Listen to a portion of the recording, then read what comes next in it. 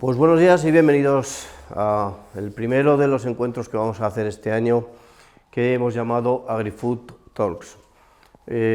AgriFood Comunicación es una empresa de comunicación especializada en el sector agroalimentario que nace hace 15 años y que en este 2025 queremos conmemorar esa celebración. Como somos gente austera, no queremos hacer una gran celebración, unos grandes fastos donde pues, nos juntemos todos a comer y beber y se pase bien, como normalmente se suele pasar en estas cosas. A lo mejor hacemos algo parecido, pero lo que sí que queremos hacer es generar contenido y hacer que el aniversario dure durante todo el año. Para ello vamos a convocaros durante todo este año 2025 a distintos encuentros como el que empezamos hoy aquí, en los cuales analizaremos la evolución de los subsectores del sector agroalimentario que quieran participar a lo largo de estos 15 años. Veremos cómo ha sido la evolución del sector agroalimentario en estos 15 años, que ha sufrido una transformación importante y que creo que es importante también transmitírselo a la sociedad. Y ese es uno de los objetivos que tienen estos encuentros. Agradecer vuestra presencia hoy aquí, también la de los ponentes que nos van a acompañar, que ahora presentaré, y para los que quieran moverlo en las redes sociales, pues como hemos dicho, el hashtag que utilizaremos será AgriFood Talks. Parece que fue ayer cuando empezamos a la andadura de este proyecto. Me acuerdo mi hija en la casa del que era mi socio pintándole la moqueta de verde, luego la tuvo que cambiar, con los primeros ahorros cambiamos la moqueta también de su casa, pero iniciamos un proyecto que prácticamente mantiene la misma esencia que en 2010.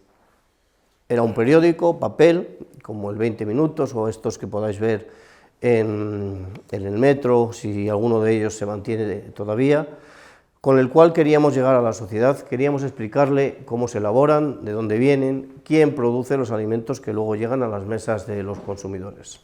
Ese era el objetivo de aquel periódico, que luego convirtió al proyecto en algo más, en una empresa dedicada a comunicar lo que hacía y lo que hace el sector agroalimentario para que la sociedad pudiera valorar un poco más el trabajo y los productos que llegan a sus mesas. Continuamos con ese mismo espíritu, vamos a seguir trabajando también en 2025 en estos encuentros en ese sentido y continuaremos también con otra de las ideas originarias que tenía nuestro proyecto y que tiene nuestro proyecto, que es la de unir eslabones. Es importante la presencia de los consumidores que están aquí hoy, de los doctores que nos acompañan, de gente de la distribución, de gente de la administración. Una de las características que tiene nuestra empresa es que une a las personas y construye redes. De hecho, el logotipo del 15 aniversario, construyendo redes, uniendo personas. Yo creo que esa es una de las características que nos caracterizan y, por tanto, continuaremos también en 2025 haciendo esto mismo. El público al que van dirigidos estos encuentros es muy diverso y muy diferente. En cada caso habrá gente que tenga interés y venga pues, del ámbito de la innovación, de los proveedores de medios de producción para el sector agrícola y ganadero o industria alimentaria, gente de los consumidores, operadores también de la industria, de la administración pública. Siempre habrá gente diferente, pero que tendrán ese mismo objetivo, formarse y conocer un poco más el subsector al que nos refiramos en cada caso. Y otro objetivo importante, que hay gente que no considera porque no tiene el conocimiento suficiente para hacerlo, eso lo digo yo, es una apreciación mía, el hecho de todos los contenidos que se generan en los medios sectoriales como huella digital. La huella digital es aquella que queda en Internet, aquella que mi hija cuando hace un trabajo del sector alimentario busca en ChatGPT y le aparece la información que consta en Internet, y que los medios sectoriales, pues que cada día publicamos más y hacemos que esa información quede como huella digital y llegue a todo aquel que está interesado en buscar información sobre nuestros sectores. Estos encuentros contribuirán también a esa huella digital positiva sobre el sector agroalimentario y esperamos pues que, como digo, una pequeña celebración sí que haremos, no será muy grande, pero sí serán nuestros premios anuales que haremos como siempre en algún hotel o en alguna institución de Madrid en breve, ya han sido otorgados, pero lo que sí que queremos es seguir contribuyendo a la generación de contenidos positivos para el sector agroalimentario y generar esa huella pues, que nos permita mostrarle a la sociedad la importancia que tiene la producción de alimentos y los productores de alimentos, así como los transformadores y los comercializadores de los mismos, para que al final disfrutemos de los distintos productos que se elaboran en toda España, que tienen gran calidad y que cada día pues, se hacen mejor. Sin más, y después de este speech sobre lo que van a ser los AgriFood Talks, pues me complace presentarles a las dos personas que nos van a acompañar hoy, y lo que hemos querido hacer, pues por supuesto, es lo mismo que venía contando. Queremos explicar, y ellos nos dirán si es así o no, cómo ha evolucionado la alimentación en los últimos 15 años en nuestro país, qué tendencias hay, qué ha ocurrido desde el año 2010 hasta ahora, y por tanto conocer de primera mano y de dos profesionales y expertos en la materia qué está pasando y también, por supuesto, algo de lo que nos viene, cuáles son las tendencias a las que nos tenemos que enfrentar y que vamos a tener que trabajar para los próximos años. Así que agradezco la presencia del doctor Javier Aranceta, presidente de la SENC y también de la Academia Española de Nutrición, y la presencia del doctor Gregorio Varela, catedrático de Nutrición y Bromatología y director del Instituto Universitario CEU de Alimentación y Sociedad. Os voy a hacer una pregunta antes de empezar y luego nos contáis la presentación que han traído. Han traído una presentación, pero no sé si que se ponga de pie Javier o... Sí. En estos 15 años, a ver, te quiero preguntar, hacer una preguntilla para entrar en ambiente. Sí. Hemos visto lo que se transmite a la sociedad es que ha habido un incremento importante de la obesidad en general, infantil y de las personas mayores en general, a pesar de tener cada vez más información, además, a pesar de esto que hablábamos de a un clic poder tener la información de cómo comer, cómo moverse, qué ejercicio físico hacer. ¿Qué factores crees que han impedido una mejora real en los índices de obesidad para poder pues, tener una sociedad más sana y más saludable? Bueno, la obesidad es un problema multifactorial que yo creo que empieza en el kilómetro cero. O sea, en el periodo de la concepción vamos generando epigenética que favorece el que podamos tener un mayor acúmulo de grasa. Sería muy difícil de concretar cada uno de los pasos, porque ahí está el sedentarismo, la alimentación, todo este tipo de historias. También el equilibrio emocional, porque las personas más estresadas generan más cortisol y por lo tanto también es un factor que puede favorecer que el cuerpo almacene el exceso de energía en grasa, ¿no? Pero la realidad es que nos abrimos a una nueva etapa en la que está claro que todos los programas de salud pública han fracasado hasta la fecha. Entonces ahora se abre la etapa farmacológica y tenemos el periodo de las incretinas en el que seguramente habrá que explorar eso junto con mejores estilos de vida, pero ya eso no va a ser suficiente para perder peso y para mantenerlo. Y aparte que hay que sufrir mucho, ¿sabes? Porque casi te tienen que hacer un coserte, ¿no? Como hacían antiguamente, ¿no? Los que habéis estudiado el histórico del tratamiento de la obesidad, antiguamente cosían a la gente y les dejaban un agujerito para comer con una pajita, ¿no?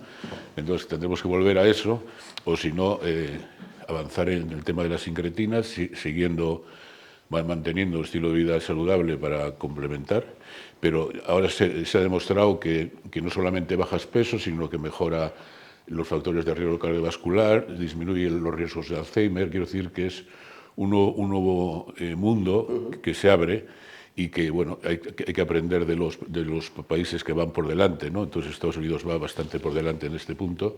Aquí llegará enseguida ese boom, y ese boom condiciona el tema alimentario, porque los que están en tratamiento con incretinas, curiosamente, les apetece comer sano. Entonces, al apetecerles comer sano, la cesta de la compra es diferente. Y uno de los puntos que están investigando las grandes distribuidoras en Estados Unidos es cómo es la cesta de la compra en personas que están tomando Ozempic o parecido, ¿no? Algún tipo de incretina. Porque a esta gente lo que les apetece son, pues, ensaladas, alimentos con poca densidad energética, ¿no? Porque el fármaco también interviene en las adicciones, y sabéis que incluso si el personaje, aparte de gordito, es heroinómano o lo que sea, pues también eso es un elemento disuasorio porque no le apetece, ¿no?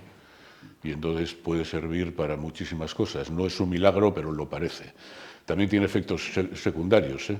O sea que no todo es positivo, pero quiero decir que en relación a lo que estamos hablando, a la obesidad y sus derivaciones, como es la diabetes, las enfermedades cardiovasculares, tal, pues hay evidencia científica de que mejora todo el panorama de sobrepeso y también de las consecuencias derivadas del exceso de grasa.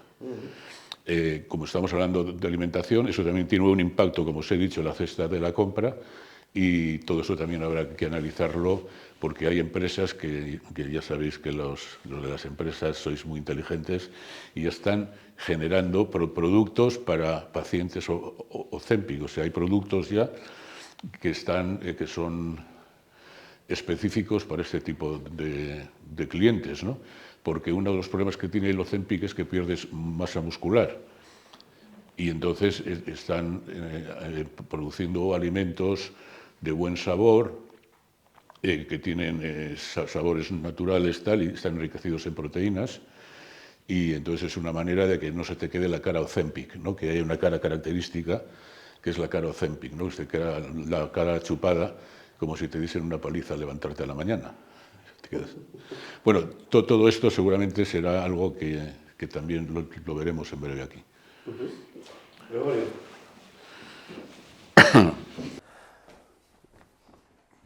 Quédate, Javier, para la foto.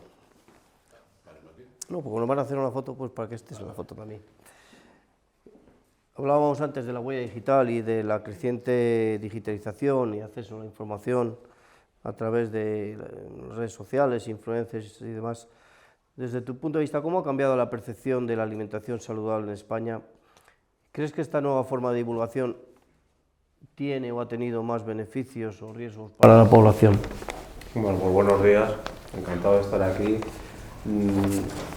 La nutrición es una ciencia que se caracteriza por algo que es único, y lo digo en negativo en este caso, lo que estás comentando. Es la única ciencia que está rodeada cada vez más de mitos, de bulos, de fake news, lo que queramos llamar. Y el yo opino que ha hecho mucho daño antes en el boca a boca, y el yo opino a que hace ahora mucho más daño cuando evidentemente está amplificado el mensaje a partir de redes, muchas de ellas no basadas en evidencia científica, etc. No existe ese fenómeno en otra ciencia, ¿no? Nadie se le ocurre que en nanotecnología se pone a opinar sobre las virtudes o no virtudes de un aspecto concreto de la nanotecnología o de la cromatografía de gases, pero en nutrición es así. Y por tanto, pues nos enfrentamos efectivamente a que cuando hablamos de, por poner un caso, de dietas mágicas, es creciente el número de dietas mágicas no basadas en evidencia científica que están ahí, fundamentalmente dañando salud y el bolsillo, ¿no? Entonces, está muy bien el poder tener muchas fuentes de información, acceso creciente a todo tipo de información y a partir de diferentes tipologías, pero no soy optimista en eso. Debo decirte que creo, sinceramente, que nos está ganando la batalla en ese sentido, ¿no? Nos cuesta mucho el transmitir cómo discriminar una página web que está basada en evidencia científica de otras, las páginas web, por ejemplo, pues de las administraciones que recomendamos o de sociedades o fundaciones científicas de otras que, bueno, pueden ser a lo mejor más atractivas desde el punto de vista de diseño, pero que evidentemente están causando mucho daño. Sí me preocupa. Pues eso hablaremos ahora. Muchas gracias, Gregorio. Y vamos a hablar de lo que ha pasado en estos años y de lo que va a pasar aparte de esto que hemos estado hablando ahora. Así que, sin más, pues le damos la palabra a Javier y el mando también. Sí.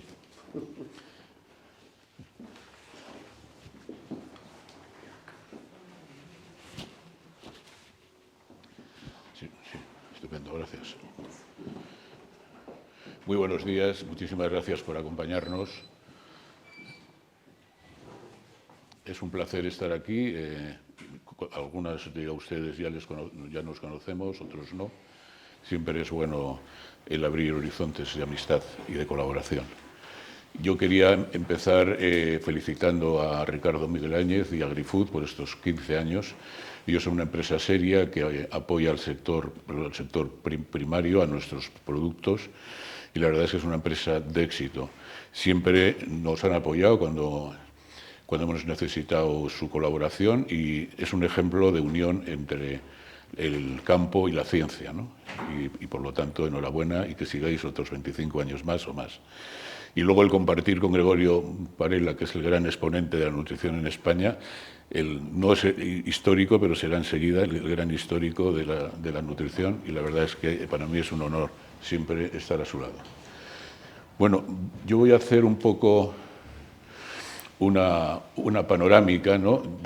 Voy a empezar por la pirámide de población. Cada vez tenemos más gente mayor y esto va a condicionar también el modo de vida alimentario y la cesta de la compra, porque las personas mayores vamos teniendo otros gustos, volvemos a los gustos de la infancia, tenemos patologías, nos han dicho no comas esto, no comas lo otro, esto no comas, esto no te conviene, y si no hago esto y si no hago lo otro voy a vivir más. No, pero se te va a hacer mucho más largo. Entonces es una medida que solemos poner en práctica. Y también otro punto importante es que ya el 15% de la población, hace poco éramos 45, ahora ya somos 47 y pico, el 15% de la población casi es población extranjera. Y la población extranjera, mucha de ella tiene también necesidades sentidas alimentarias diferenciales. Entonces buscan productos de su origen y, bueno, pues todo esto hay que tenerlo en el lineal, ¿no? Esto es lo que se llama transición alimentaria. Y esto se hace mal porque se suministran alimentos a través de Banco de Alimentos de Cruz Roja, tal, y esta gente no sabe qué hacer con ellos, porque son alubias, fideos, tal, entonces son alimentos ajenos a su cultura, y muchos lo que hacen es venderlo, ¿no? Entonces hay que intentar hacer como nosotros tenemos una iniciativa de enseñar a cocinar con alimentos autóctonos a personas que vienen de otras culturas alimentarias. Esto es lo que se llama transición alimentaria. Cuando una persona llega, que se ha recorrido medio África, ha cruzado el Mediterráneo, tal, pues esta gente está esbelta. Si habláis con las asistentes sociales de vuestra zona, os dirán que en 5 años ya tienen obesidad, tienen cantidad de problemas de salud, porque esa transición alimentaria ha sido a alimentos baratos, de fácil consumo, o sea, porque no tienen habilidades ni de comprar ni de cocinar. Y por lo tanto, esa es una asignatura pendiente que tenemos. Desde el punto de vista, como decía Gregorio hace un momento, desde el punto de vista de los cambios en el perfil de salud, esto yo les recomiendo que lo consulten una vez al año. El Instituto de Métricas de la Salud de la Universidad de Washington organiza una estadística sobre carga de enfermedad según causas, y podemos ver desde el 2005, que nos ocupa, hasta el 2021, cómo ha cambiado los factores que influyen negativamente en nuestra salud, en la salud de los españoles. Antes era el tabaco y ahora ha pasado a la obesidad, que como vemos ahí, y es la que causa todo este tipo de problemas que han ido increciendo, que es pues, la diabetes, la enfermedad cardiovascular, problemas vasculares en piernas, en otros sitios, y de alguna manera, si hablamos de mortalidad, en España la mortalidad por infarto ha disminuido, pero seguramente no porque haya menos infartos, sino porque ahora el recurso asistencial es muy bueno y entonces si no te mueres, si te pillan en un cuarto de hora, seguramente te salvas, ¿no? Pero ha aumentado el cáncer, ha aumentado las enfermedades cardiovasculares en las mujeres y enseguida aumentará el cáncer de pulmón en mujeres porque ahora las chicas quieren ser iguales a las tonterías que hacíamos en el pasado y fuman, ¿no?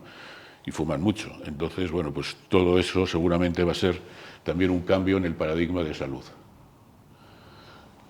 Este es la carga de enfermedad o de factores en este momento y como vemos el índice de masa corporal que el sobrepeso en España es del 50%, o sea, el 50% de la población tiene un peso mejorable y todo esto pues tiene un valor negativo que hará susceptible que cuando se comercialicen aquí de una manera más masiva los genéricos de las incretinas se van a forrar, vamos, va a ser un chollo impresionante. Bueno, el gasto vinculado a la alimentación, estos son datos del INE, pues es el 16,3%. Ustedes saben que cuando un país va siendo más desarrollado o más esto, pues el gasto en alimentación es menor, se gastan más en viajes, en ropa, en zapatos y en colonias, ¿no? Entonces aquí tenemos el ranking por comunidades autónomas. Entonces, la media estatal es de 5.300 euros al año y una de las que más dinero gasta en alimentación es el País Vasco. Nos gusta comer bien y buenos productos, ¿no?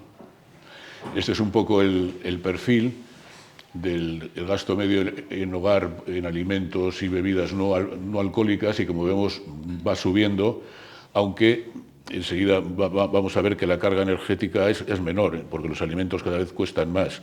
Os acordaréis hace unos años que lo mismo que comprábamos costaba casi la mitad. Yo que hago las compras en casa, digo, joder, esta cajera se ha equivocado, porque la verdad es que ha subido muchísimo, ¿no? Sobre todo algún tipo de productos.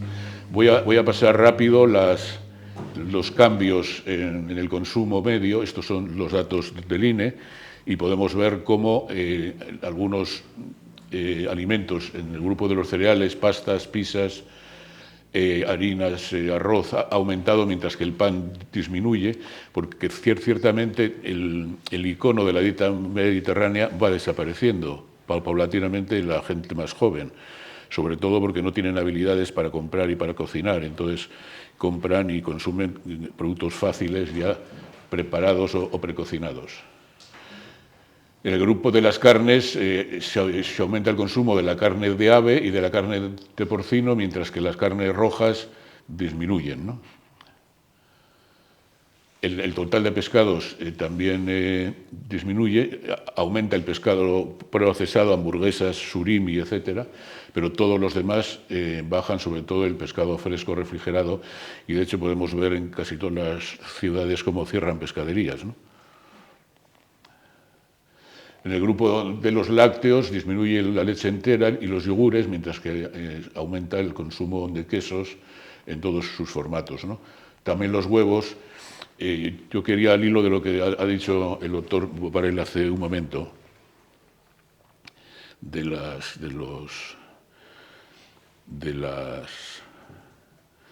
incursiones pseudocientíficas, ¿no? Hace unos años comer huevos era un crimen. Y ahora Estados Unidos acaba de establecer que los huevos son alimento saludable. Entonces, ¿en qué quedamos? Y con eso, algunas otras cosas que comentaremos enseguida.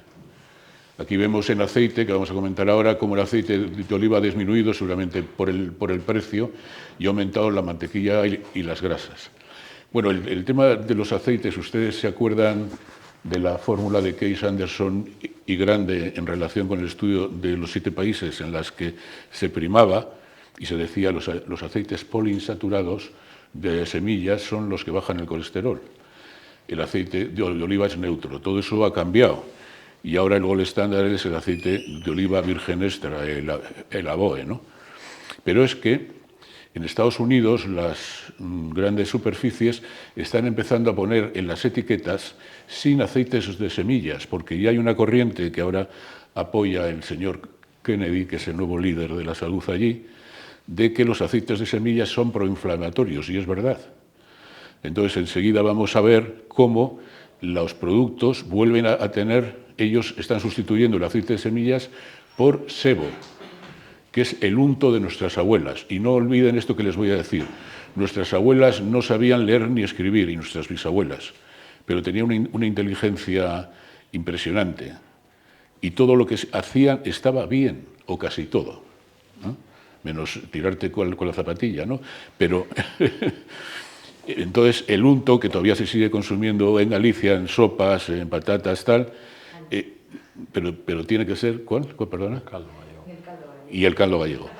Bueno, entonces, Para hacer las pillolas también. efectivamente, pues esto tiene unas ventajas impresionantes, pero, ojo, esto lo voy a subrayar, las carnes rojas y el unto o el sebo es diferente si el ganado es de pasto o no.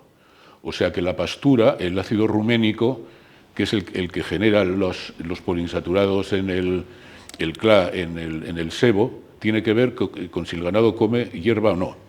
Si come hierba, ese perfil es muy positivo. Si no come hierba, pues es un churro. Así que eso que quede por delante. Entonces, estamos viendo que vamos a cambiar un poco el paradigma de las cosas, y por eso no hay que ser talibán y decir esto no sé qué, esto es malo, esto hay que prohibirlo, no. Y lo mismo va a pasar con los azúcares y los edulcorantes, se lo adelanto ya. También hay una disminución en el consumo de frutas frescas, seguramente porque uno va a la frutería y al salir no sabe si había salido de una joyería, ¿no? Quiero decir que la cosa está un poco... Y entonces frutas, verduras, hortalizas, como veis, ha disminuido, en las hortalizas en casi todos los grupos, y esto pues es una mala noticia, ¿no? Porque son alimentos, medicamentos, ¿no? Entonces eso hay que favorecerlo. Pues yo no sé si sería bueno hacer temas fiscales, ¿no? O temas como de alguna manera había en supermercados, yo me acuerdo de Carrefour, digo, perdón si sois de la competencia, que suprimía el IVA en los alimentos frescos a la gente mayor, ¿no? Entonces se le mandaba a comprar al abuelo, compra tú.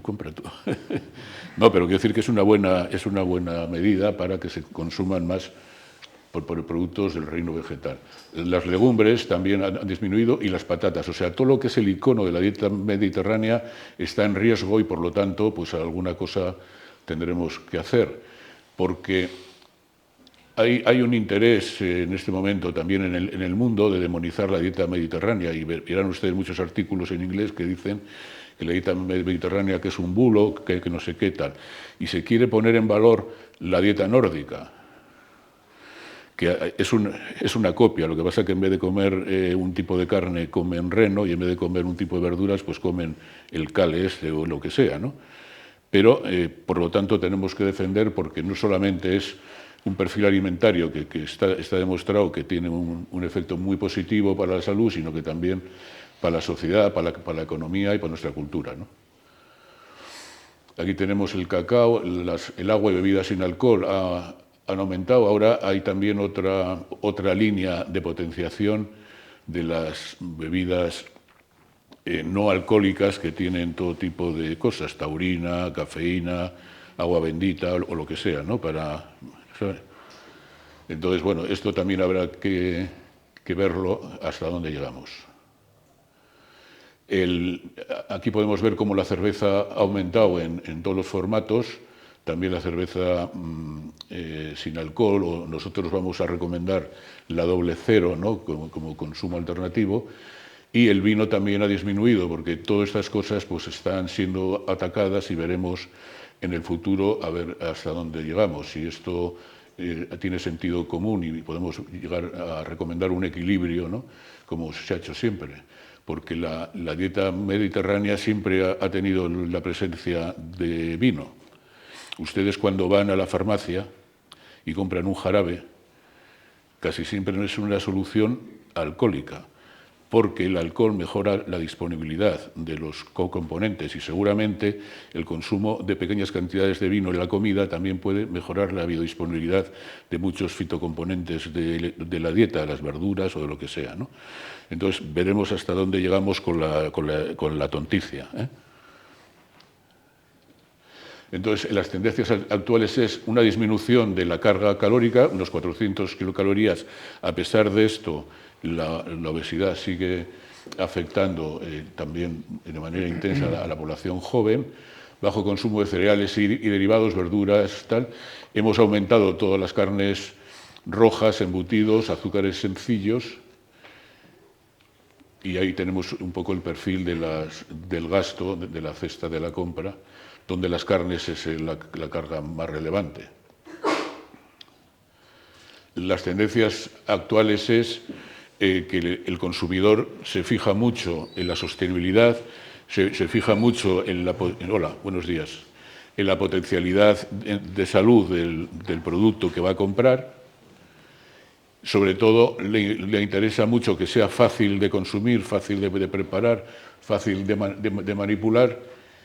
Y todo lo que sea productos ecológicos, ingredientes kilómetro cero de la zona, tal, esto también nos interesa en gastronomía, introducirlo en las cartas de los restaurantes, no solo como reclamo de marketing, sino como una realidad, ¿no?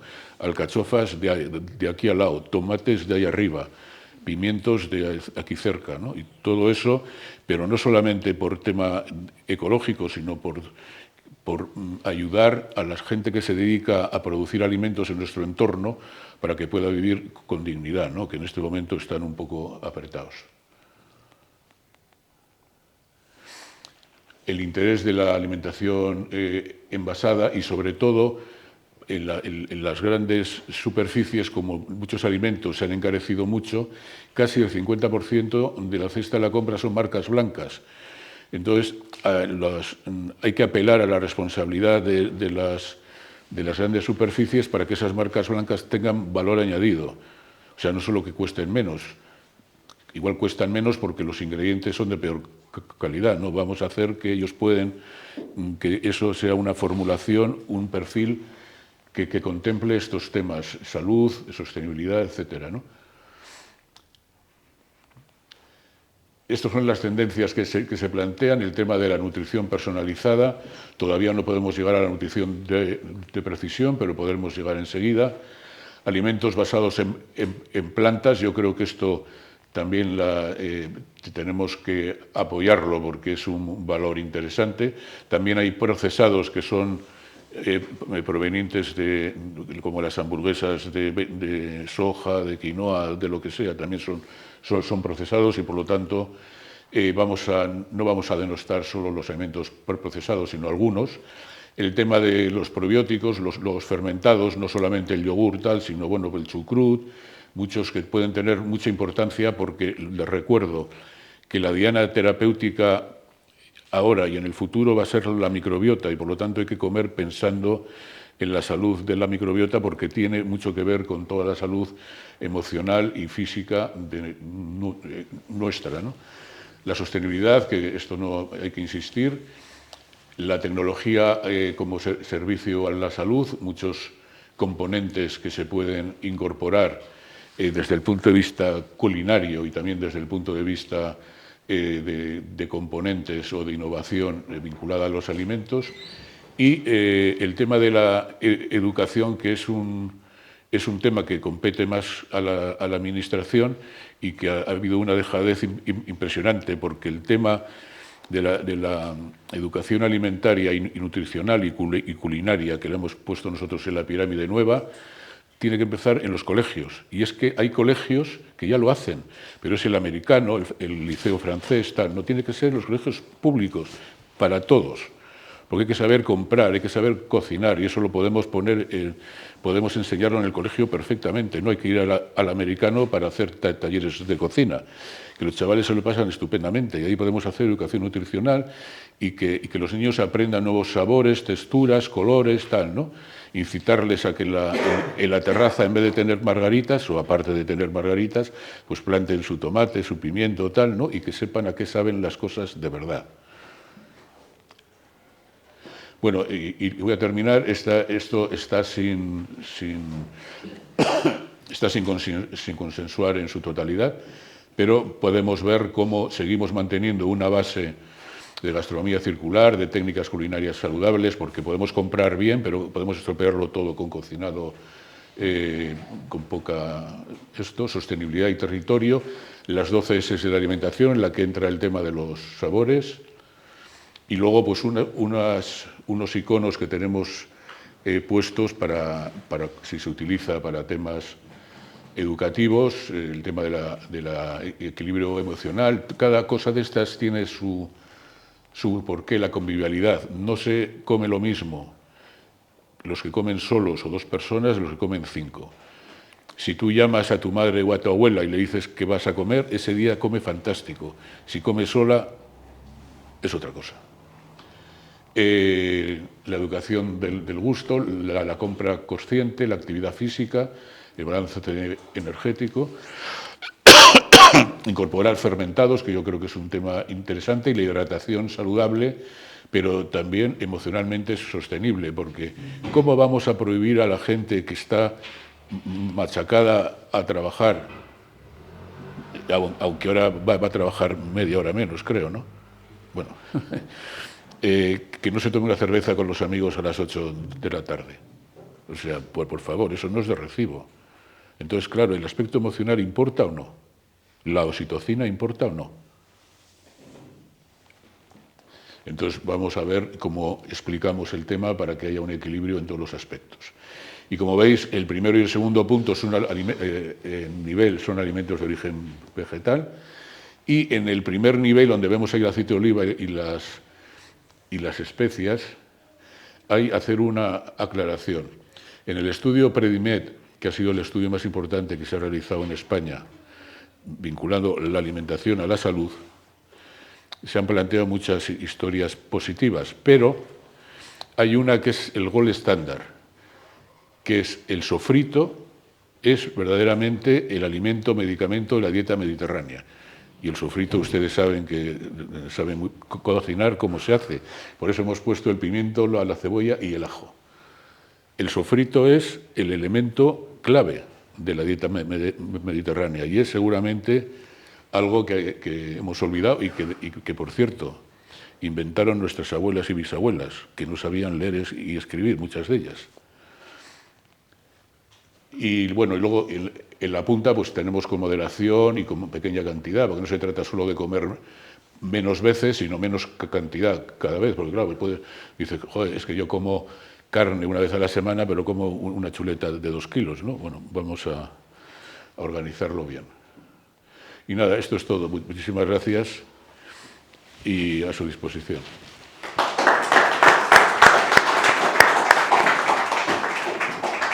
Muchas gracias, Javier. ¿Quieres un poquito de agua? Luego. Muchas gracias por tus reflexiones que por lo menos nos hacen pensar, así que un placer. Bueno, pues vamos a dar la palabra al doctor Varela ahora, y él nos va a contar también cómo ve desde su perspectiva lo que ha pasado y lo que va a pasar, y alguna cosita más que están preparando, porque al final el doctor Varela siempre lo dice, pero esto hay que hacerlo, aparte de que sea nutricionalmente adecuado, que guste. Entonces la gastronomía es importante, y el doctor Varela está trabajando ahora en un proyecto muy interesante que nos va a contar seguro, y yo creo que va a ser del interés de todos. Así que gracias. Muchas gracias, Ricardo. A ver, aquí... Bueno, buenos días de nuevo. Me uno a las felicitaciones que ya hacía admirado amigo y compañero del doctor Aranceta, a AgriFood, a Ricardo, que quienes le conocemos, pues siendo originario de ni más ni menos que de Carbonero, pues estaba claro que la empresa iba a ir hacia adelante y seguirá y mucho, ¿no? Y encantado de estar aquí en esta primera prueba de AgriFood Talk.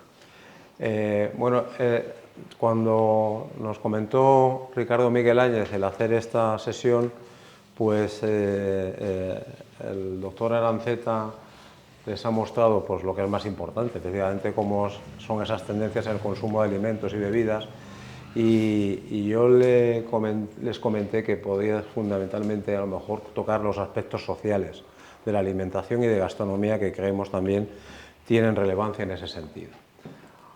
Entonces, algunas de las cositas que ahora voy a comentar ya las ha adelantado el doctor Aranceta y por tanto pues iré muy rápido, ¿no? Para hablar de aspectos sociales de alimentación, lógicamente hay que saber cuál es el contexto de la España actual, aunque solo sea una aproximación, ¿verdad? Y entonces, bueno, pues lo primero que efectivamente llama la atención es que estamos ya, como saben, prácticamente en 50 millones de personas, pero eso no es una cifra solo, sino que yo creo que tenemos ya la obligación ética de empezar a planificar cuál va a ser las posibilidades de suministro, estamos hablando en términos de alimentación, de bebidas, en términos de alimentación colectiva, en términos de empresas, etcétera, para esos casi 50 millones de personas que ya estamos actualmente viviendo en España. Y como también hacía referencia el doctor Aranceta, con una tipología del aumento de población totalmente diferente a lo que ocurría hace 15 años, 20 años, etcétera.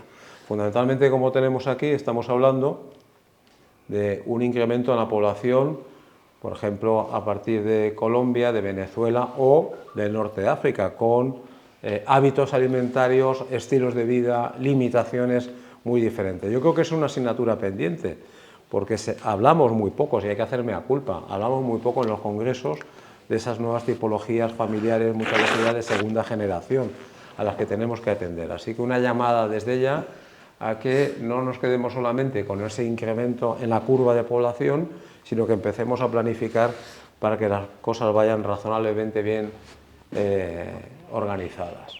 Perdón, eso hacia el otro lado. Bueno, lógicamente también es importante el número de hogares, cómo se va incrementando, cómo ha ido evolucionando y sobre todo más el tipo de hogar, ¿no? Entonces, como tienen ustedes aquí también, en este resumen, hay un aumento de hogares más pequeños, de 1 o 2 personas. Piensen todo lo que ello supone desde el punto de vista del envasado, desde el punto de vista de las porciones, desde el punto de vista de la propia tecnología culinaria, de los electrodomésticos, de las fechas de caducidad. Es un nuevo mundo que quizá muchas veces pues, no tenemos suficiente tiempo para pararnos a pensar, ¿no?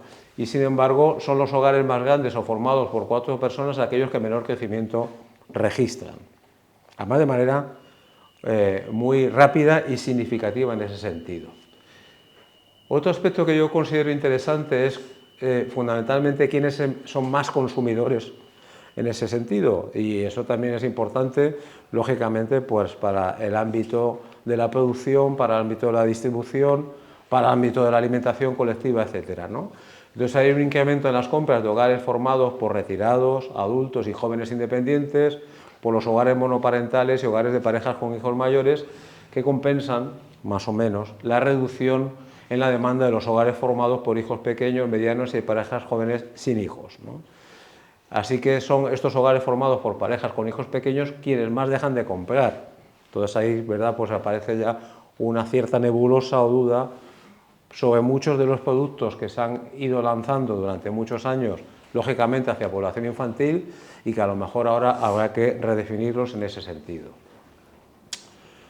Bueno, aquí voy a ser un poco más disruptivo y tenemos que concienciarnos que hay un nuevo miembro que se incorpora, un nuevo miembro o miembros que se están incorporando en nuestras familias, que son las mascotas. Entonces, eso viene dado fundamentalmente por un incremento espectacular, sobre todo a partir de la pandemia, ¿no?, donde esa búsqueda del bienestar emocional, más allá de tu familia humana, pues parece que se busca el bienestar emocional que te puede proporcionar las mascotas. Entonces ahí tienen algunas cifras que yo creo que son muy llamativas. En la Unión Europea hay 80 millones de hogares con mascotas, 130 millones de mascotas, generan ya un gasto espectacular. En España, el 50% prácticamente de las personas conviven con un animal de compañía. De hecho, 8 de cada 10 los consideran un miembro más de la familia, incluso un miembro más importante que los tradicionales, pero no vamos a entrar ahí en consideraciones. Y en el año 2022 la cifra era del 43%. Todo eso son cifras, pero bueno, ¿por qué lo traigo aquí? Porque las mascotas, por un lado, no son ajenas a los problemas de salud. Evidentemente, ese entorno obesogénico al que se refería antes el doctor Aranceta ya afecta a nuestras mascotas. Las mascotas también padecen las enfermedades crónicas, depende si estamos hablando de un gato o un perro, pues estaremos hablando de hipertensión o estaremos hablando de diabetes, pero hay un punto más que estamos nosotros estudiando y analizando, y es si realmente, si me permiten la expresión, las mascotas se pueden casi convertir en influencers a nivel familiar. ¿Por qué? Bueno, pues porque vamos viendo, ¿verdad?, que esa mujer mayor que se queda sola a vivir, que tiene su perro, que tiene su gato, o tiene su perro y su gato, pues tiene unos hábitos, estilos de vida muy diferentes a aquella que sigue estando sola sin mascota. Mayor actividad física, mejor calidad de la dieta, se va a preocupar por la alimentación de su mascota y al mismo tiempo vemos que se está preocupando más por su propia alimentación. Luego es un mundo que sabe que no solamente tiene que ver con lo comercial, sino que pensemos que es una nueva tipología familiar y por eso me parecía interesante como una de esas nuevas tendencias que empezamos a estudiar, ¿no? Bueno, antes ha hecho ya también referencia el doctor Aranceta al tema de los precios, claro. Entonces, ¿por qué insisto? Pues porque realmente quien más sufre, bueno, fíjense que cuando se analiza el índice general de precios al consumo y el índice de precios de los alimentos y bebidas, crece más el de alimentos y bebidas, ¿no?, y fundamentalmente el producto fresco. Por tanto, todo es como una especie de círculo vicioso que finalmente pues, no tiene los resultados desde el punto de vista de equilibrio nutricional que nos gustarían. Claro, cuando vemos importantes crecimientos en los índices de precio de consumo, alimentos y bebidas, pues se nos vienen abajo muchas veces las predicciones, los modelos alimentarios. Y otro de los temas que yo creo que los que hay que pensar urgentemente es cómo el cambio climático, ¿verdad?, pues puede afectar a la soberanía alimentaria en un país como España. Afortunadamente ya vamos teniendo ahí herramientas como es la propia inteligencia artificial que nos pueden empezar a decir claramente, mediante modelos predictivos y con todo el Big Data que ya afortunadamente un país como España tiene, pues cuáles pueden ser las producciones que se van a ver más afectadas y ponerse a trabajar. Van a ser la producción de los tomates en la zona levantina, van a ser la producción baja de legumbres en Castilla. Hagamos ese esfuerzo porque interesa en un porcentaje de población cada vez creciente, como antes comentaba, ¿no? Bien, sigamos. Y algo que también es interesante es el porcentaje de alimentación fresca versus alimentación no perecedera, ¿no?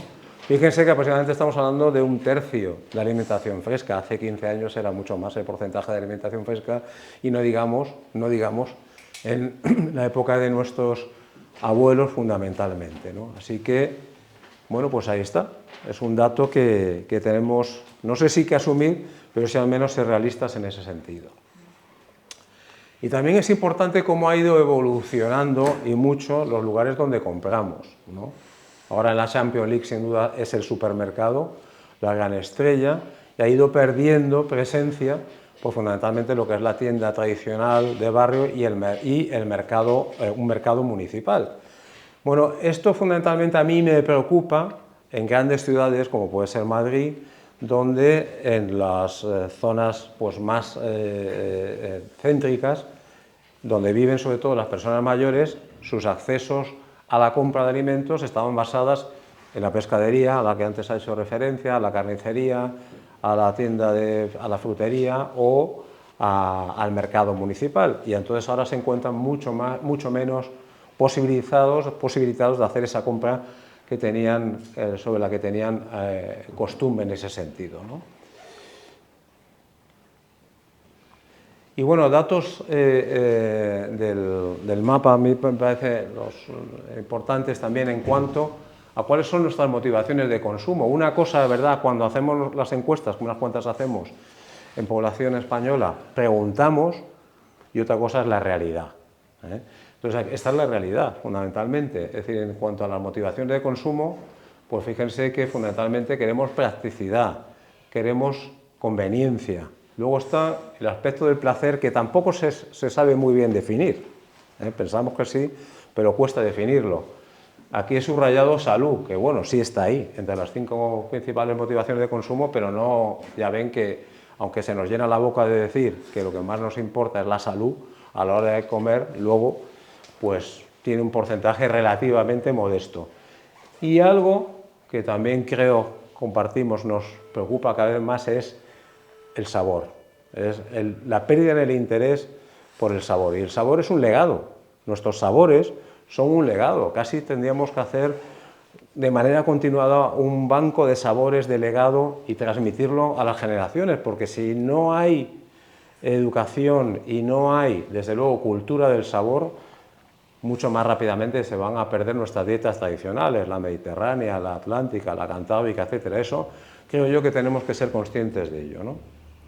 Luego, salud y sabor ganan relevancia con respecto a los años anteriores, pero muy poquito, y la búsqueda de practicidad o conveniencia ya, como ven, suponen 1 de cada 4 ocasiones de consumo. En cuanto al tiempo empleado de la preparación de los alimentos, hemos ido recuperando un poquitín con respecto a los últimos 3 o 4 años, pero todavía estamos por debajo en cuanto a tiempo empleado en relación con prepandemia. Y hay un momento de consumo que sigue siendo una asignatura pendiente, que es el tiempo que empleamos en el desayuno.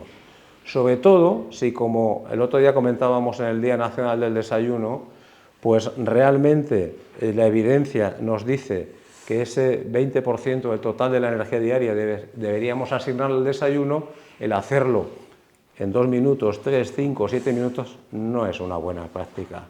No es eso lo que normalmente, ¿verdad?, intentamos transmitir o enseñar.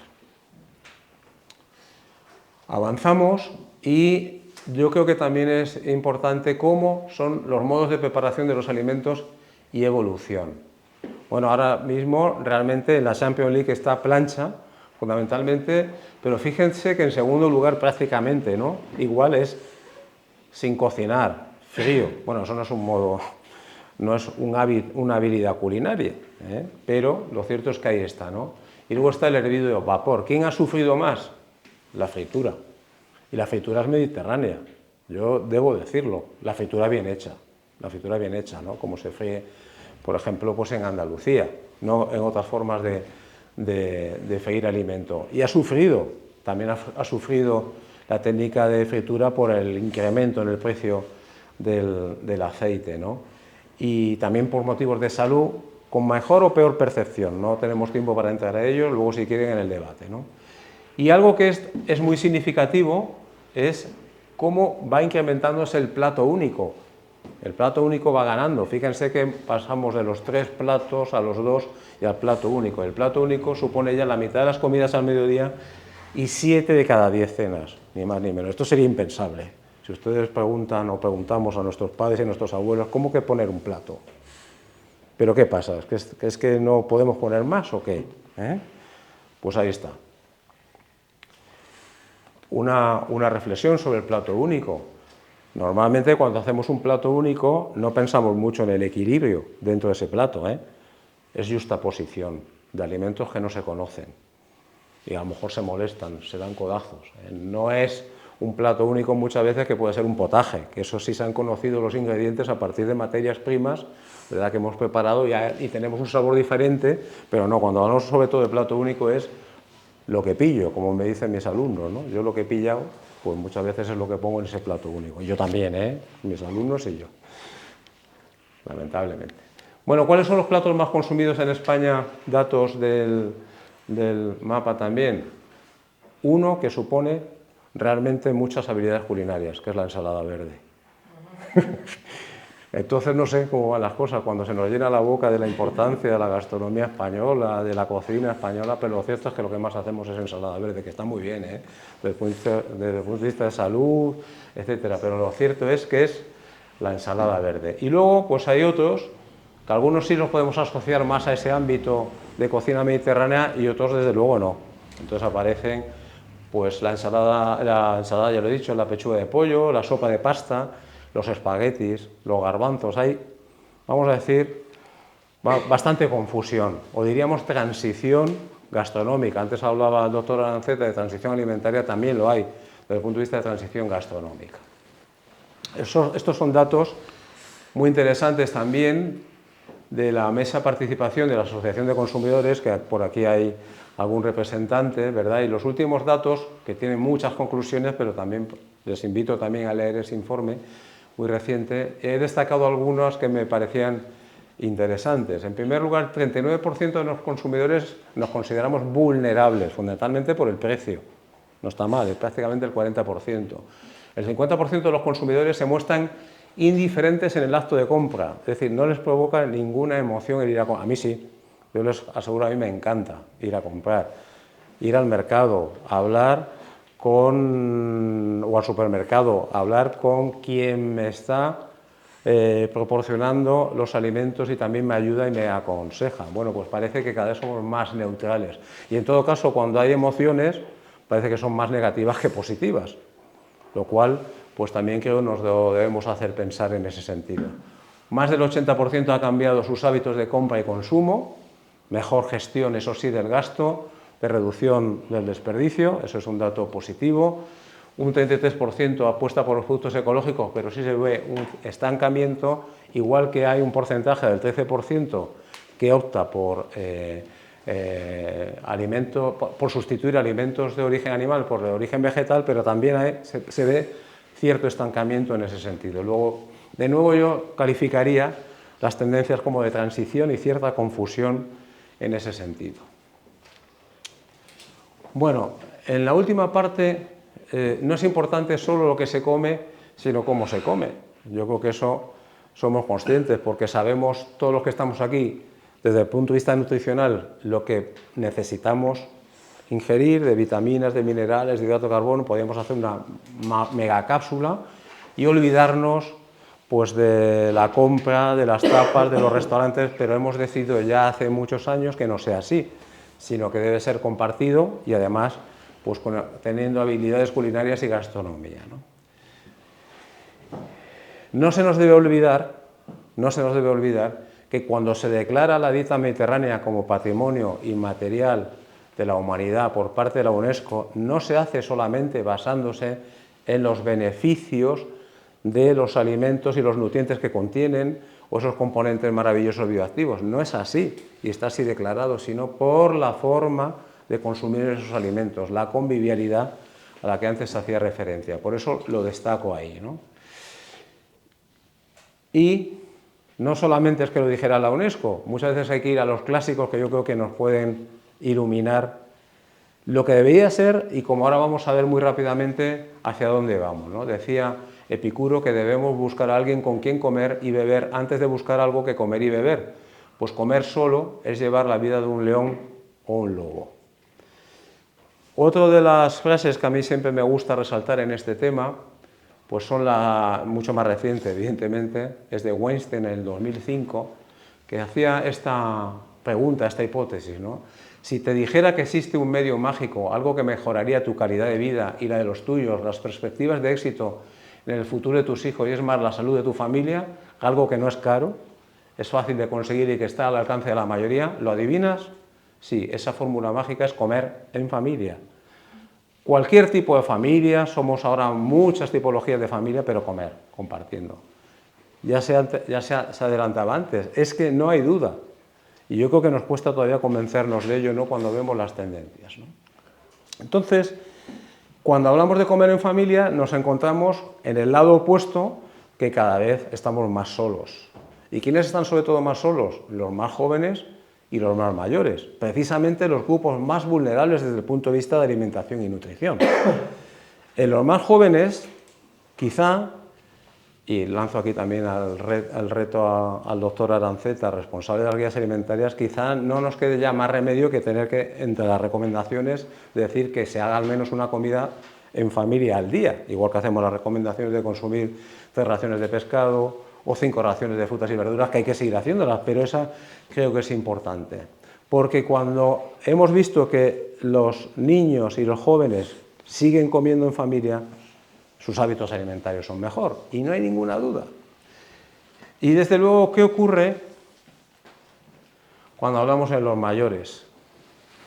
Es decir, el 20% increciendo de población en España, pues que la soledad es el peor enemigo de su salud y también de su estado nutricional. Fíjense que puede incrementarse el riesgo de malnutrición hasta en un 30%. En esa soledad no deseada. Cada vez hay más personas solas mayores y cada vez más parejas que viven solas. Es decir, que no están a lo mejor rodeadas cerca por sobrinos, por hijos, etcétera, etcétera. Entonces, es una obligación, un reto que debemos asumir en ese sentido. Y estas son las tendencias, ¿no? Algunas pueden parecer exageradas, pero en muchas nos reflejaremos. Lo que era antes un hogar, fundamentalmente, y cómo ahora comemos durante muchos momentos, en muchos espacios. Sería sorprendente, no hace 15 años, un poquito más, pues ver gente comiendo en el metro, o en un parque, o en un despacho, o en una sala de reuniones. Y ahora pues es más habitual imágenes de aquí que el comer en familia. Bueno, lo cierto es que nos falta todavía tiempo para ver qué es lo que puede ocurrir, pero lo cierto es también que, como les decía, la evidencia para demostrar que las cualidades de la dieta mediterránea o de la dieta tradicional atlántica están basados en compartir, por tanto, disfrutar fundamentalmente esos alimentos en compañía. Algo que nos preocupa, que es lo que a mí me gusta denominar la alimentación en silencio, ¿no? Silenciosa, y es que hoy hemos podido hacer una alimentación correcta desde el punto de vista nutricional, pero sin comunicarnos con nadie. Hemos podido hacer la compra online, o hemos podido ir al supermercado, pasar los códigos de barra, vamos después a nuestra empresa, a la universidad, nos ponemos nuestros cascos, bandeja, tomamos el menú y lo mismo hacemos en casa, ¿no? Que comemos solos. Bueno, yo creo que ese no es de nuevo el modelo probado científicamente, entonces creo que ahí hay que trabajar y mucho, porque sí se ve un cambio, sobre todo evidentemente entre los más jóvenes, ¿no? En ese sentido. Desde el año 2015, para ir finalizando, junto con la Fundación MAFRE venimos haciendo una serie de estudios poblacionales representativos que tienen que ver precisamente con los aspectos sociales de la alimentación. Aquí no hablamos ni de kilocalorías, ni de kilojulios, ni de miligramos, de vitamina C, etc. Están a su disposición, por supuesto, tanto en la página web de la Fundación MAFRE o en la nuestra, pero simplemente, como estamos hablando de esa importancia de comer en compañía, quería mostrarles pues cuál es la evolución, fíjense, no en 15 años, sino en apenas 7 o 8 años, ¿no? Del 2015 hasta el 2022, que fue el último estudio de campo, ¿no? Crece el porcentaje que come solo, desciende el que lo hace en familia, mejora en fin de semana, mucho más en familia o en compañía que lo que lo hacemos a diario en ese sentido, ¿no? Pero es que además, ¿verdad?, aunque nos sentamos comemos menos veces en compañía, pero cuando nos sentamos aún encima estamos más callados o estamos con pantalla, es decir, no conversamos, o conversamos mucho menos a como lo hacíamos, ¿no? Así que, de nuevo, pues les dejo ahí que yo creo que esa es una reflexión que cada uno nos podemos llevar a casa e intentar mejorar, porque es importante, créanme, ¿no? Finalmente, esas pinceladas gastronómicas. Y es que, como les decía, bueno, necesitamos 50 sustancias, los que estamos aquí, podríamos solucionarlo así, pero hemos decidido que no, que la cocina y la gastronomía y compartirlo merecen la pena. Y como siempre, pues yo creo que hay que acudir de nuevo a clásicos como el profesor Gandecovian, maestro de la nutrición en España, y decía, cualquier dieta, por muy bien programada que esté desde el punto de vista nutricional y de la elaboración, si no provoca placer, fracasará. El placer no lo vamos a provocar nosotros en el laboratorio cuando sintetizamos los nutrientes o cuando los combinamos, no, para eso están pues nuestros amigos, los cocineros y los gastrónomos en ese sentido, ¿no? Entonces, ahora mismo, desde la Real Academia de Gastronomía, que tanto el doctor Aranceta como yo mismo somos académicos de la misma, pues se ha ampliado el concepto, que lo tienen ustedes ahí. La gastronomía se ha convertido en el arte y también en la ciencia, lo cual antes ni se pensaba que pudiera ser así, de elaborar y presentar los alimentos de una manera agradable y apetitosa, pensando en el placer de los sentidos, pero también como una herramienta, insisto, como una herramienta interesante para promover la salud y el bienestar de todas las personas. También constituye un entorno relevante para la concienciación y la contribución a la sostenibilidad alimentaria. No voy a decir que si lamentablemente o no, pero lo cierto es que ni el mundo de la medicina ni el mundo de la universidad ahora mismo tenemos suficiente capacidad de influencia, sí la tienen nuestros chefs. Por eso, en el buen sentido, nos aprovechamos de ellos para transmitir a la sociedad mensajes, o intentamos aprovecharnos de ellos, ¿no? Aquí también ha habido un cambio espectacular. ¿Quién mandaba antes, si tú lo sabías en tu pueblo? El médico, el cura, ¿verdad? Y no sé si alguien más. Y el sargento. Y el militar, efectivamente. ¿Y ahora quién? Los chefs, evidentemente los influencers y algunos deportistas. Así que ha habido un cambio y hay que arrimarse para hacer esa transmisión correcta del mensaje nutricional, ¿no? Por tanto, por eso hablamos de gastronomía saludable y sostenible como nuevo concepto. Tenemos que entendernos, algunos lo llevamos intentando desde hace bastantes años, yo creo que ya con bastante más éxito, porque sería imposible sentarnos juntos al ámbito de la nutrición y la gastronomía, y ahora ya sí es así, ¿no? Hay un ámbito que queda todavía muy pendiente y mucha labor por hacer, que es en todo lo relacionado con la alimentación colectiva, ¿eh?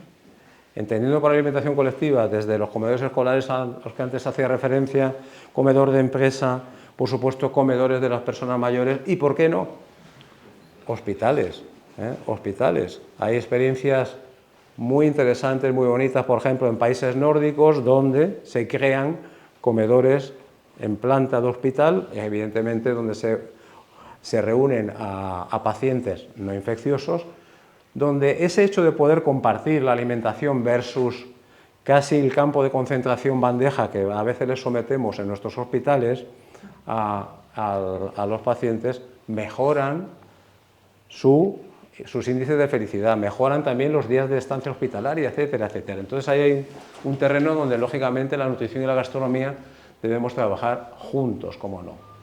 Fíjense que a lo largo de una semana una persona dispone de 50 momentos de consumo de alimentos que son una oportunidad. Siempre me lo habrán escuchado a mí, porque siempre me gusta repetirlo. No hay ninguna otra actividad más frecuente que hagamos a lo largo de nuestras vidas que comer y beber. Ni el que crea en alguna actividad mejor, no, comer y beber. 90.000 momentos de consumo los que estamos aquí, que no está mal, ¿eh? 50 momentos de consumo que hay que aprovecharlos. Y el aprovecharlos no va a depender, lógicamente, de la calidad gastronómica, de la calidad nutricional, de la historia que la acompaña, de nuestro estado de ánimo. Antes que nos referíamos del entorno donde nos encontremos, de los sonidos, etcétera, etcétera, ¿no? Luego, la alimentación es una oportunidad para vivir momentos de felicidad y a todas las edades. Volvemos a insistir que las personas mayores es casi el único momento que les puede quedar de felicidad en ese sentido. Finalmente, como antes les adelantaba Ricardo, Miguel Ángel, me gustaría en 3 diapositivas presentarles e invitarles a la Spain Gastronomy Conference que organizamos días 27 y 29 de marzo aquí en Madrid. Organizamos la Real Academia de Gastronomía y nuestra propia Universidad CEU San Pablo. Esta conferencia internacional es continuación de una que se produjo en Estocolmo, organizada por las Reales Academias de Gastronomía de Suecia, conjuntamente con la Universidad de Estocolmo en el año 2023. Tiene como objetivo, fundamentalmente, dar luz, poner en evidencia las muchas cosas que ya se están haciendo en institutos de investigación, en centros de innovación tecnológica, en empresa, en universidades, pues desde el punto de vista de gastronomía sostenible, de innovación, en todo el ámbito de los sentidos, en el ámbito del desarrollo de nuevos alimentos adaptados para necesidades gastronómicas y viceversa, etcétera. No pretendemos ni mucho menos competir pues, con magníficas ferias como puede ser Madrid Fusión. No, no es ese el objetivo, sino sobre todo darle evidencia académica y científica. Entonces ahí tienen ustedes las principales áreas temáticas que están incluidas, ¿no?, para las cuales han presentado muchas comunicaciones científicas, para las cuales contamos con ponentes, como voy a comentar, y que van pues desde gastronomía, nutrición y salud, por supuesto investigación, gastronomía y sostenibilidad, los aspectos sociales de la alimentación, la educación, todo lo que tiene que ver con los sentidos, que creemos que cada vez va a tener más importancia, la gastronomía en los caterings, o por supuesto pues también la gastronomía como expresión de cultura y arte. Perdón. Entonces, bueno, en la página web que ahora les indicaré está ya el programa provisional, lo estamos cerrando, quedan algunos flecos, pero para que vean ustedes pues algunos temas que se van a tratar. Precisamente la primera sesión es eso, la importancia de comer juntos.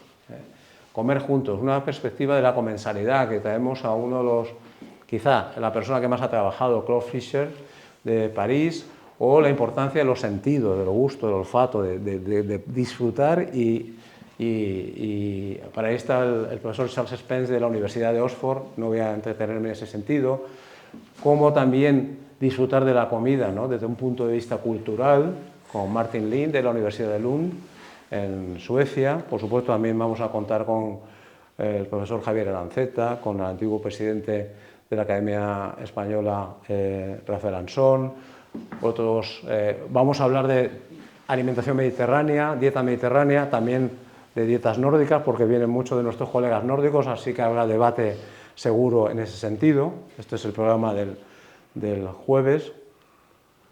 El viernes, pues como tienen ustedes ahí, tenemos también algunos chefs que seguro conocen que están trabajando precisamente conjuntamente con el ámbito de la nutrición, de la innovación, como puede ser el propio Paco Roncero, como puede ser Begoña Rodrigo de Valencia, Mario Sandoval, investigación del laboratorio al menú, en fin, no les quiero entretener, pero sí creo que va a ser, bueno, pues se va a publicar un número especial con las ponencias que quieran o comunicaciones que quieran hacerlo en forma de artículo en el International Journal of Gastronomy and Food Science, que es la principal revista en este campo. Y finalizaremos el sábado también con sesiones muy enfocadas a todo lo que la inteligencia artificial pues está ya aportando y mucho más que va a aportar a la gastronomía, con bancos que se están haciendo ya de sabores precisamente en ese sentido, ¿no? Así que invitarles a que visiten nuestra página web. Como les decía, hay más de 100 comunicaciones científicas recibidas. Estamos ahora en el momento todavía de inscripción reducida. Se hará aquí en el campus nuestro de Moncloa, en la universidad, y luego, evidentemente, también, más allá de ciencia y de academia, pues estamos desarrollando un programa de intentar demostrar lo buena que es la gastronomía y la cocina española, es decir, que habrá demostraciones prácticas, que es importante en nutrición aplicada y de gastronomía. Pues sí. Nada más. Gracias.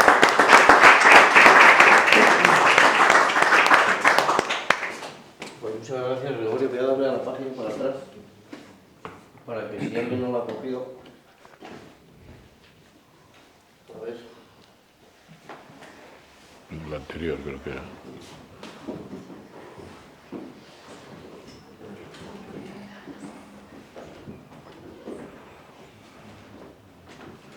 Se ha cansado de trabajar.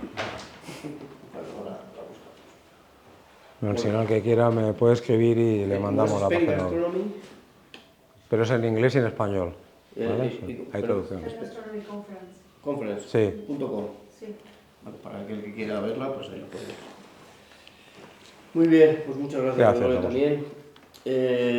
No sé si hay alguna pregunta o algún comentario sobre lo que hemos escuchado aquí. María Luisa, no sé si hay un micrófono. ¿El mío?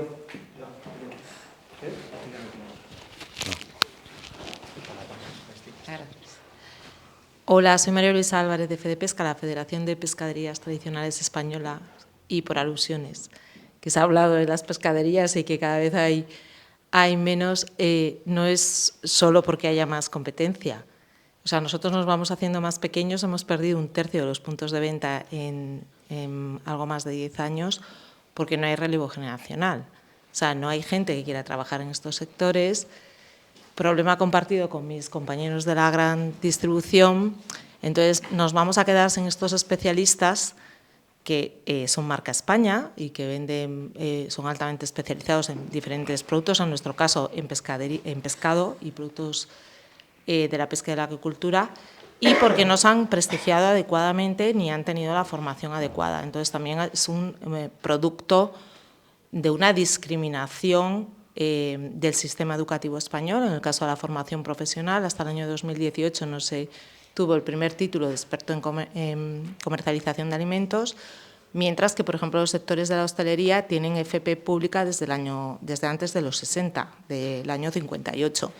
Entonces, al final las cosas pasan también pues porque no ha habido políticas adecuadas para proteger y poner en valor a estos especialistas. Entonces, encontrar gente que quiera trabajar en el sector es muy difícil y cada vez vamos a tener menos expertos en venta de productos frescos. Sí, es así. Yo lo he comentado porque en Bilbao hay una pescadería que compraban mis abuelos, pescaderías vascas, cerró el otro día y me dio mucha rabia, ¿no? Entonces, eso necesita no solo buen material, sino buena preparación, buena empatía, como tú dices, una persona que esté preparada. También poner en valor los productos de piscifactorías, o sea, que no solamente la pesca de captura, sino, bueno, pues otro tipo de... Y eso habría que darle una vuelta a las escuelas de hostelería, que yo creo que necesitan también... Pero que cuando hablamos de gastronomía siempre hablamos de hosteleros y hay muchísima gente trabajando en el sector defendiendo esa gastronomía, desde el productor, pasando por el comercializador mayorista, el transformador, el que prepara y los vendedores. Es que claro. Los vendedores, en mi caso, hay 20.000 personas todavía trabajando en la pescadería tradicional. Yo voy a poner un ejemplo. Por ejemplo, los noruegos, que sabéis que tienen un consejo de productos del mar de Noruega para promocionar sus productos, que han conseguido desbancar y ser número 1 en España el salmón ante la merluza, porque han hecho mucha promoción, pero ellos con nosotros siempre colaboran mucho porque dicen, es que esta fuerza de venta que hay en España no la hay en otro país de Europa. Entonces, nos olvidamos a veces de las fuerzas de ventas de frutas, de carne, perdón. No, la fuerza de venta de esas personas especializadas ayudan también a colocar el producto. Entonces, simplemente yo abogo porque los pongamos en valor. Claro, pero que me encanta ir al mercado, hablar con él. Entonces, como no tienen ese glamour, al final, en las nuevas generaciones, interactuar con un profesional de es casi un inconveniente. Porque como no tienen conocimiento, no saben cocinar, no se saben defender delante de un mostrador de productos frescos enteros, casi que haya un operador con el que tienen que hablar, casi que es hasta un inconveniente. No sé si lo veis así, es por hacer un poco de debate. Es así. Hace poco salió un estudio de la generación Z que genera ansiedad ir a comprar producto fresco, ya sea embutido, carne, pescado, porque no saben comprarlo, no reconocen las piezas y tampoco saben evaluar los precios porque está la pieza entera. Entonces, no saben si pedirlo por filetes, por gramos, entonces no saben interactuar con un profesional. ¿Pero en qué país? En España, generación Z. Es que es lo que está pasando ahora, que no es solo que busquen conveniencia, es que tienen una incapacidad de... prefieren el lineal. De cocinar, no dedicarle mucho. Prefieren un blister. Lo del salmón es muy fácil porque se prepara fácil. Bueno, porque se han gastado un pastón en promoción. Y porque tiene pocas espinas. El tema de los que dices tú, las escuelas de hostelería, el pescado no se pone en los colegios por el tema de las espinas y por la forma de preparación, sí.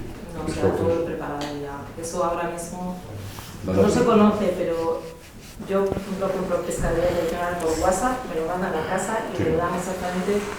O sea, que si tú no quieres interactuar, puedes no interactuar, te lo van a dar como para 5 años. Sí. Que me decías que hablamos siempre de los escuelas de hostelería, pero ellos son los que organizan el plato para los niños, para los enfermos, para los abuelos, y las espinas son un problema. Ya sé que hay clientes sin espinas, como todo lo que tiene el sector, pero hay que incentivar que eso esté en el plato.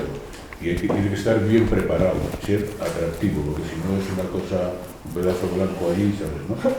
Entonces, y todos los días es el mismo, tiene que cambiar de aspecto, de guarnición, tal. Todo eso necesita trabajarlo, ¿no? Y las escuelas de hostelería son un punto importante, y los subidores también, por supuesto. Bueno, a mí sí yo estoy de acuerdo, María Luisa.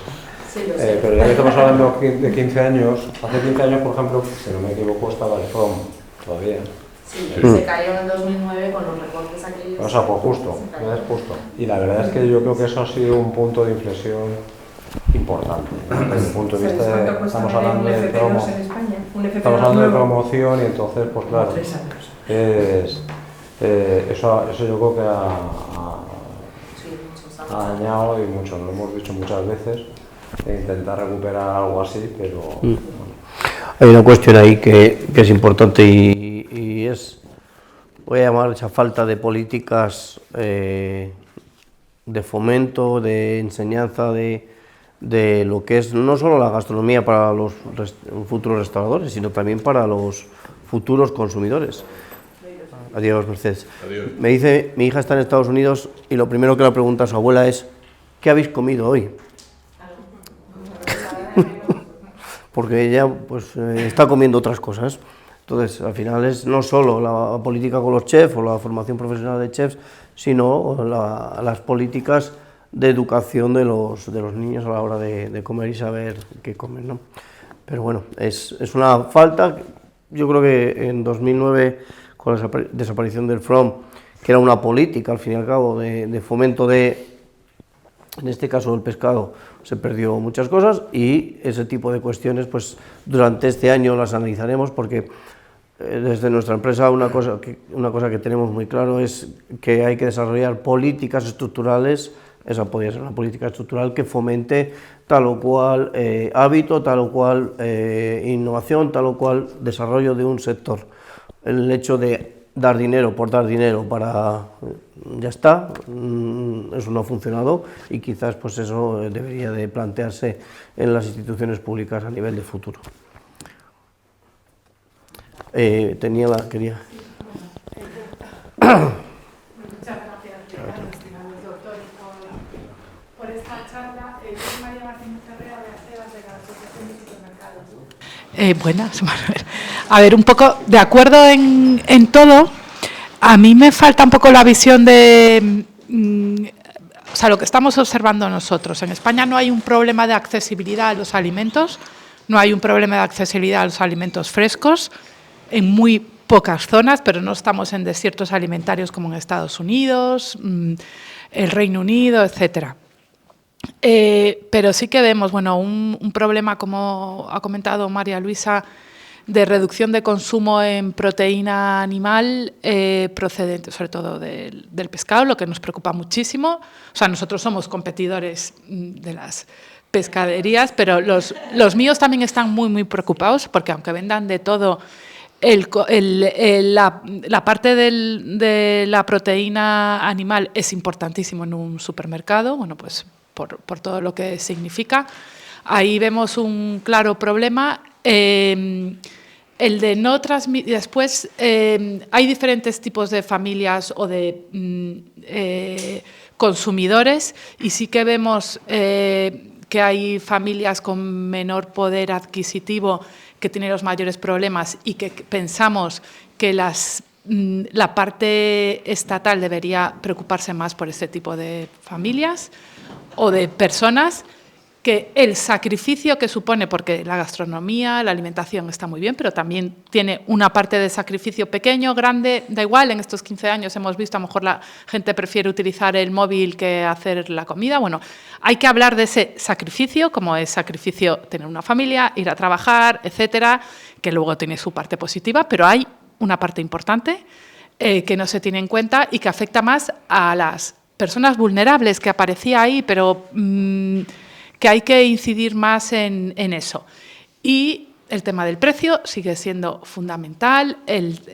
Ligado al precio, las cargas impositivas que tiene toda la cadena alimentaria, desde el sector primario hasta la distribución, es muy importante, como la normativa está cada vez encorsetando más a toda la cadena. En nuestro caso, bueno, pues el tema de residuos es impresionante, el tema de envases, como en una normativa medioambiental, al final tuvimos que trabajar también con la ESAN, que está aquí Victorio, y con el Ministerio de Agricultura, porque nos querían prohibir los envases, cuando los envases son fundamentales y vemos que la accesibilidad a determinados alimentos, gracias al envase, hace la vida más fácil.